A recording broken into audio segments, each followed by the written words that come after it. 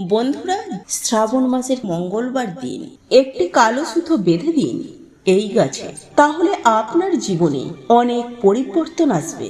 জীবনে সুখ শান্তি আপনার জীবনে যথেষ্ট পরিমাণে বৃদ্ধি পাবে, ধন সম্পত্তি বৃদ্ধি পাবে, এমনকি দরিদ্রতা জীবন থেকে দূর হবে। কালো সুতো দ্বারা অনেক প্রতিকার রয়েছে, আর আমরা সকলেই জানি যারা নতুন শিশু তাদেরকে কালো সুতো দেয়া হয় এই জন্য যে তাদের যেন কোনো খারাপ কুনজর বা খারাপ নজর যেন না লাগে। এবং কালো সুতো দ্বারা অনেক তন্ত্র মন্ত্র ও বিদ্যা করা হয়, আর এই কালো সুতো রয়েছে অনেক অনেক গুণ। আজ আমি আপনাদেরকে তিনটি এমন প্রতিকারের কথা বলবো এই কালো সুতো দ্বারা। এই তিনটি প্রতিকার যা আপনার ভাগ্যকে পরিবর্তন করে দেবে, বদলে দেবে, এবং আপনার জীবনে সৌভাগ্য বৃদ্ধি হবে। যদি আপনি কোনো কষ্টে থাকেন বা যদি আপনি দরিদ্রতার মধ্যে জীবন ব্যতীত করছেন, যদি আপনি সমস্যায় থাকেন, এই তিনটি প্রতিকার করুন। জীবন থেকে দরিদ্রতা শেষ হবে, অর্থকষ্ট শেষ হবে এবং বাড়িতে সুখ শান্তি বৃদ্ধি পাবে। তো নমস্কার বন্ধুরা, যারা আজকের এই চ্যানেলে নতুন রয়েছে চ্যানেলটিকে সাবস্ক্রাইব করুন, পাশে দেওয়া বেল বাটনটি অবশ্যই ক্লিক করুন এবং এই ভিডিওটিতে একটি লাইক এবং একটি শেয়ার অবশ্যই করুন, যাতে এই ভিডিওটি অন্যরা দেখেও উপকৃত হতে পারে। কালো সুতোর যা গুণ বা যা মাহাত্ম্য তা অনেক অনেক গুণ বেশি। এটি বিভিন্ন তন্ত্র বিদ্যাতেও কালো সুতো ব্যবহার করা হয় এবং কালো সুতো দ্বারা জীবনের খারাপ সময়গুলিকে আমরা দূর করতে পারি। তবে বন্ধুরা, কালো সুতোকে বিধি অনুযায়ী অর্থাৎ নিয়ম অনুযায়ী এই প্রতিকারগুলো কি করতে হবে।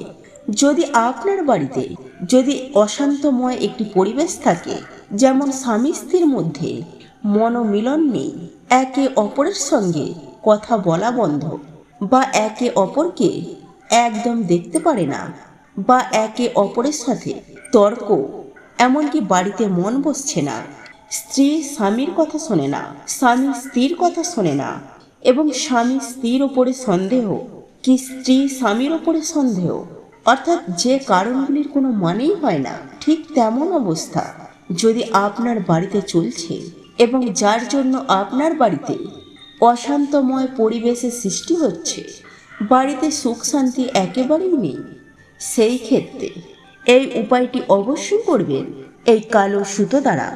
বন্ধুরা, আগামী মঙ্গলবার শ্রাবণ মাসের মঙ্গলবার প্রথমেই সকাল সকাল উঠে স্নান করে নিলেন। স্নান করে সেই দিন আপনি হনুমানজির মন্দিরে যাবেন। স্ত্রী এবং স্বামী দুজনেই হনুমানজির মন্দিরে যাবেন। সেখানে গিয়ে হনুমান চাল্লিশা পাঠ করবেন, হনুমান মন্দিরকে পরিক্রমা করবেন। এরপর বাড়িতে এসে স্বামী স্ত্রীর হাতে কালো সুতো বাঁধবেন এবং স্ত্রী স্বামীর হাতে কালো সুতো বাঁধবেন। এখানে একটি নিয়ম রয়েছে, স্বামী স্ত্রীর বাম হাতে কালো সুতো বাঁধবেন এবং স্ত্রী স্বামীর ডান হাতে কালো সুতো বাঁধবেন।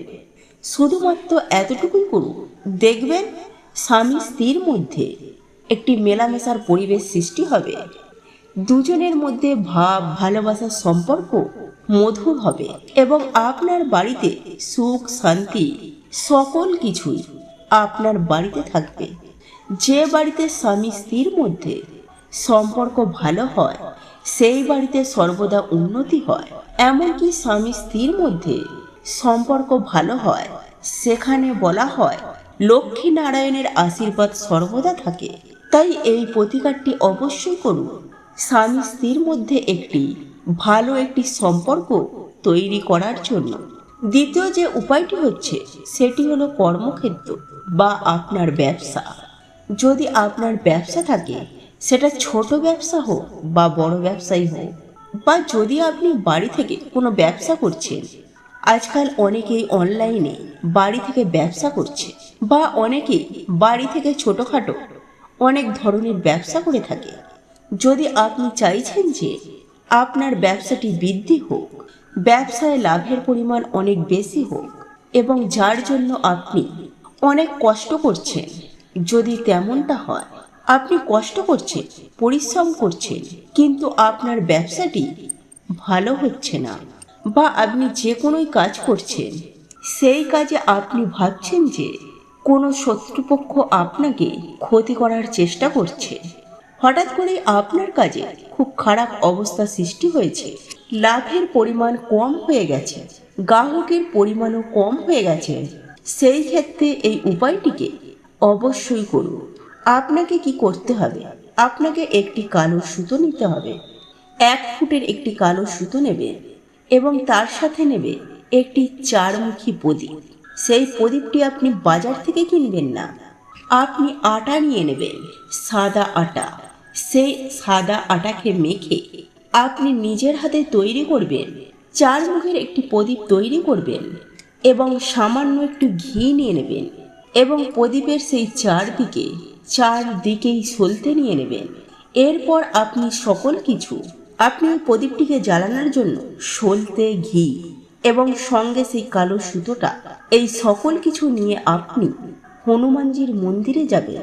হনুমানজির মন্দিরে গিয়ে আপনি সর্বপ্রথমে সেই প্রদীপটি আপনি জ্বালাবেন, যেই প্রদীপটি আপনি আটা দ্বারা নিজে হাতে তৈরি করেছেন।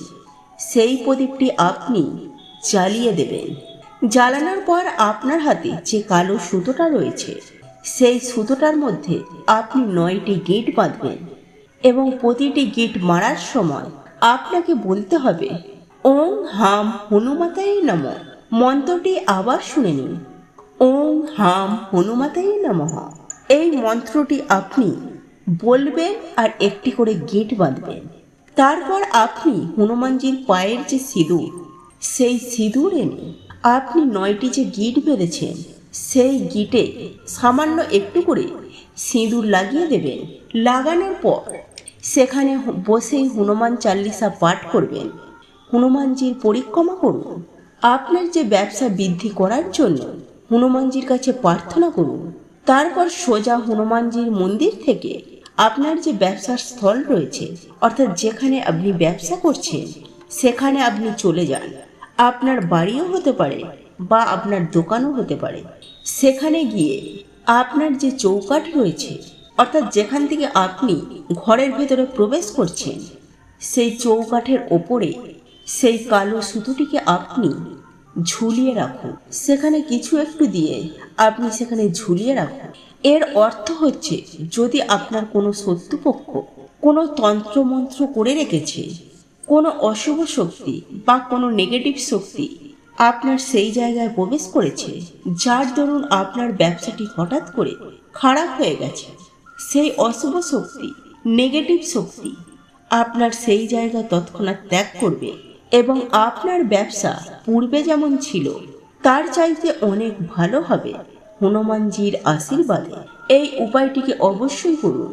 এবার 3 নম্বর যে উপায়টি হচ্ছে, সেটি হচ্ছে দরিদ্রতা থেকে মুক্তি পাওয়ার জন্য।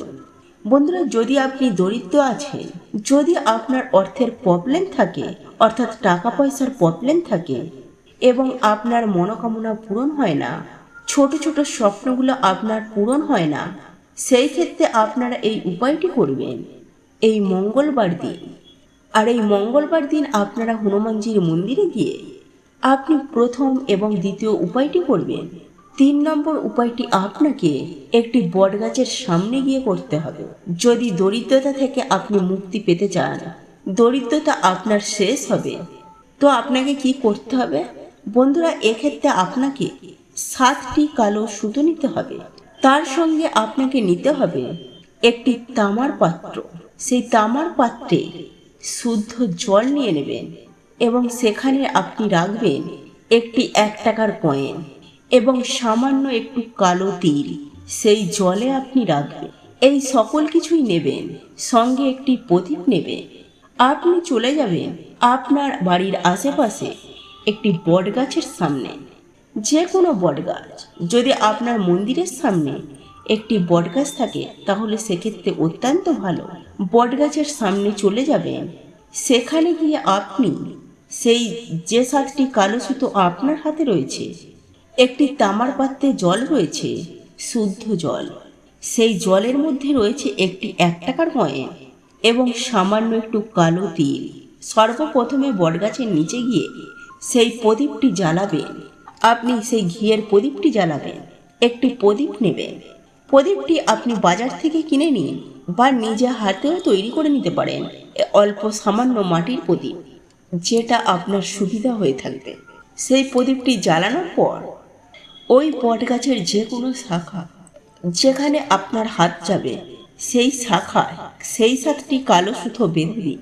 বাঁধার পর সেখানে আপনি আপনার হাতে যে তামার পাত্রে শুদ্ধ জল, একটি 1 টাকা রয়েছে এবং জলের মধ্যে কিছুটা কালো তিল রয়েছে, সেই জলটা বটগাছের গোড়ায় আপনি ধীরে ধীরে ঢেলে দিন এবং জলটি নিবেদন করার পর বটগাছটিকে পরিক্রমা করুন। আর এই পরিক্রমা শেষ হয়ে গেলে হাত জোড়ো করে প্রার্থনা করুন এবং আপনার জীবন থেকে দরিদ্রতা শেষ করার জন্য ঈশ্বরের কাছে আপনি প্রার্থনা করুন। বটগাছ এমন একটি গাছ, বলা হয় যে বটগাছের পুজো করে সে সকল ঈশ্বরের পুজো করার সমান হয়। আর এই বটগাছে সকল দেব দেবতারা বাসস্থান করে। আপনার পুজো শেষ হয়ে যাওয়ার পর, প্রার্থনা শেষ হয়ে যাওয়ার পর সেই বটগাছের সামনে থেকে আপনি সামান্য একটু মাটি সেখান থেকে তুলে নিয়ে আসবেন।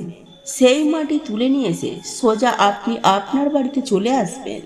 বাড়িতে চলে এসে আপনার যে বাড়িতে গেট রয়েছে, সেই গেটে ঢোকার পর বাড়ির যে সদর দরজা, অর্থাৎ সেই দরজা দিয়ে সকলেই প্রবেশ করে, সেই দরজার সামনে বটগাছের সামনে থেকে আনা সামান্য একটু যে মাটি এনেছিলেন, সেই মাটিটি আপনি সেখানে ফেলে দিন। এই উপায়টি করুন মঙ্গলবার দিন, অর্থাৎ পয়লা বৈশাখের দিন। এই উপায়টি আপনারা সূর্যাস্তের পর করতে হবে। বাকি উপায়গুলি আপনি দিনের বেলা করুন, কিন্তু এই উপায়টি আপনাকে সূর্যাস্তের পর করতে হবে। এই উপায়গুলি করলে আপনার জীবনে পরিবর্তন আসবে, ভাগ্য পরিবর্তন আসবে, সৌভাগ্য বৃদ্ধি হবে, দরিদ্রতা শেষ হবে এবং একজন মানুষের জীবনে ভালো একটি দিন চলে আসবে। যারা এই উপায়গুলি করে থাকে, যে কোনো উপায় করার পূর্বে সেই উপায়ের প্রতি বিশ্বাস, ভক্তি, আস্থা রাখবেন, ভগবানের প্রতি বিশ্বাস রাখবেন। মনে কোনো সন্দেহ বা কোনো সংকোচ রেখে এই উপায় বা উপাচার করলে তা ভালো ফল নাও পেতে পারেন। তো আশা করছি বন্ধুরা ভিডিওটি আপনাদের ভালো লেগেছে। ভালো লেগে থাকলে ভিডিওটিকে লাইক করুন, শেয়ার করুন। যারা আজকের চ্যানেলে নতুন হয়ে আছেন তারা চ্যানেলটিকে সাবস্ক্রাইব অবশ্যই করুন এবং পাশে দেওয়া নোটিফিকেশন বেলটি ক্লিক করে রাখুন। তো এই ছিল আমাদের আজকের ভিডিও। ভিডিওটি কেমন লাগলো তা কমেন্ট করে অবশ্যই নিজের মতামত জানাবেন। ভালো লেগে থাকলে অবশ্যই একটি লাইক করবেন।